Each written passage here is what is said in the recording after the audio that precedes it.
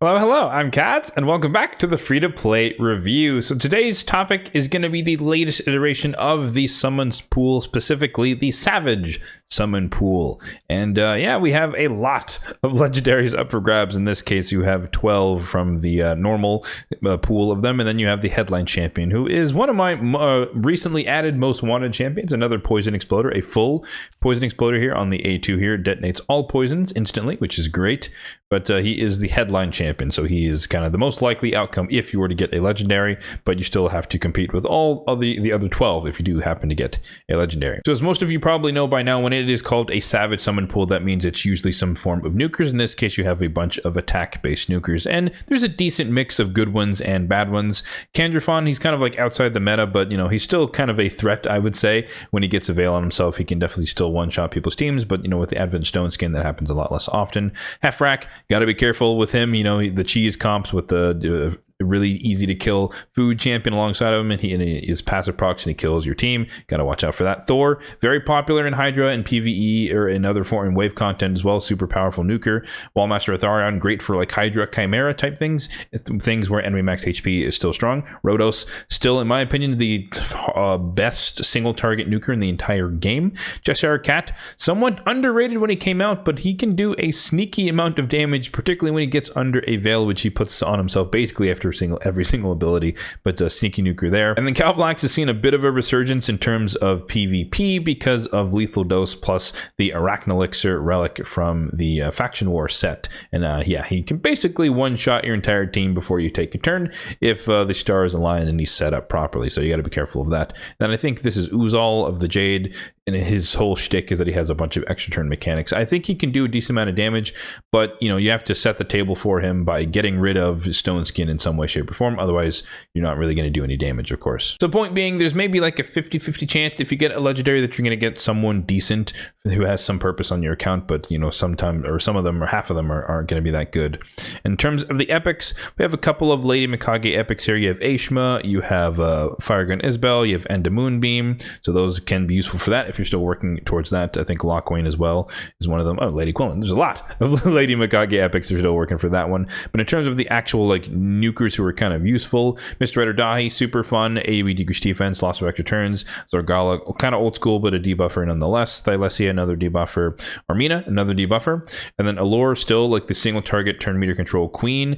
Ferric and the Fat, the best epic ally attacker in the game. And then you have Fane here, like more of a Demon Lord clan boss DPS, but still one of the best for that purpose. And then Fanax, of course, my favorite epic nuker in the game with the block revive on the A1 double hitter, which has one of the highest multipliers on an A1 in the game. And then I guess honorable mention to Geomancer, who of course is not a traditional nuker, but he does do damage through his passive by placing the HP burns. So if you're definitely in pursuit of Mikage, then this summon pool could be very, very beneficial because there's 5 out of the however many epics are going to be used for that purpose. So if you're just fresh looking for that could be helpful. And then if you're just looking for some nuker for to help you in Faction Wars normal or hard mode, this could be a great way to get some empowerment or anything like that. But in terms of the overall odds here, pretty much the same as we'd expect.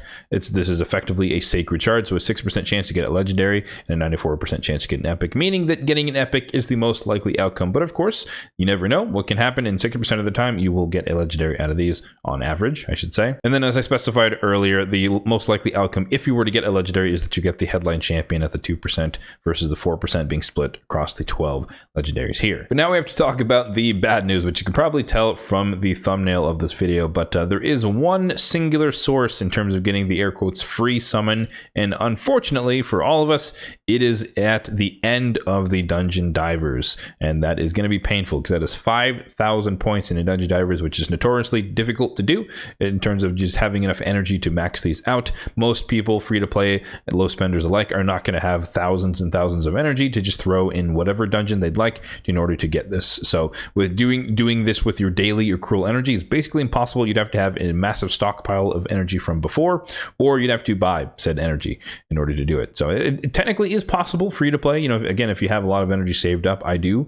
And so that is potentially an option, but I just don't feel like that's going to be worth it for me. We'll come back to that a little bit later. But, if you are going for the fusion like I am, you are mandatory, or it is somewhat mandatory that you go all the way up to 3,700. At the same time, though, I know a lot of people pulled for the epic in the fusion from the summon rush. So in the intent from the summon rush. So and the intent of doing that is typically to skip Dungeon Divers. So if you're skipping the entirety of Dungeon Divers because you did that, then you're definitely not going to get out to 5,000 points. So again, this could be a this is not a good opportunity for most average players to try and get a free summon. And unfortunately, like I said, this is the only source, despite there being, an active Soul Chase as well as a Gear Ascension tournament. And I waited till today to record this video because I was hoping that maybe these little flyers were wrong and they were secretly going to add another free summon to one of these two events that was going live today, and that is not the case. So yeah, the only source for a air quotes free summon is that Dungeon Divers event, which is really, really, really unfortunate. So my instant impulse is to kind of just skip it and not worry about it. However, there is one thing that I will be considering is the fact that there is this Corrosis Conquest tournament starting tomorrow, and it still overlaps with the entirety of, or the rest of, the Dungeon Divers event. So I already finished Ice Golem, so I don't really need to run any dungeons like the rest of the night. I don't have to use any of my refills that I've gotten for the day's reset. So for example, I still have the one from the hour playtime. I still have the one from the daily quest, and I still have the ones I haven't even finished yet from the advanced quest. So I still have all of those, and I'm going to wait until that tournament goes live tomorrow because I want to get, still get credit for Dungeon Divers because I am pursuing the fusion, of course, but I want to make sure that I'm double dipping with an active tournament to get those rewards as well. But on top of that, I also do have a lot of energy here that from previous events. So a couple event rewards there, and lots of event rewards here, and these probably won't last until the next champion training event starts, just looking at the fusion calendar. So I will have to use them in the short term. And then if I go all the way down, if you ignore all the accessories that I've yet to claim, all the way down here to the bottom, I have a couple more energy refills that I've saved up from, I think this is probably Valentine's Day or St. Patrick's Day, one of those events they just gave out free energy stuff, but I still haven't used them 99 days later.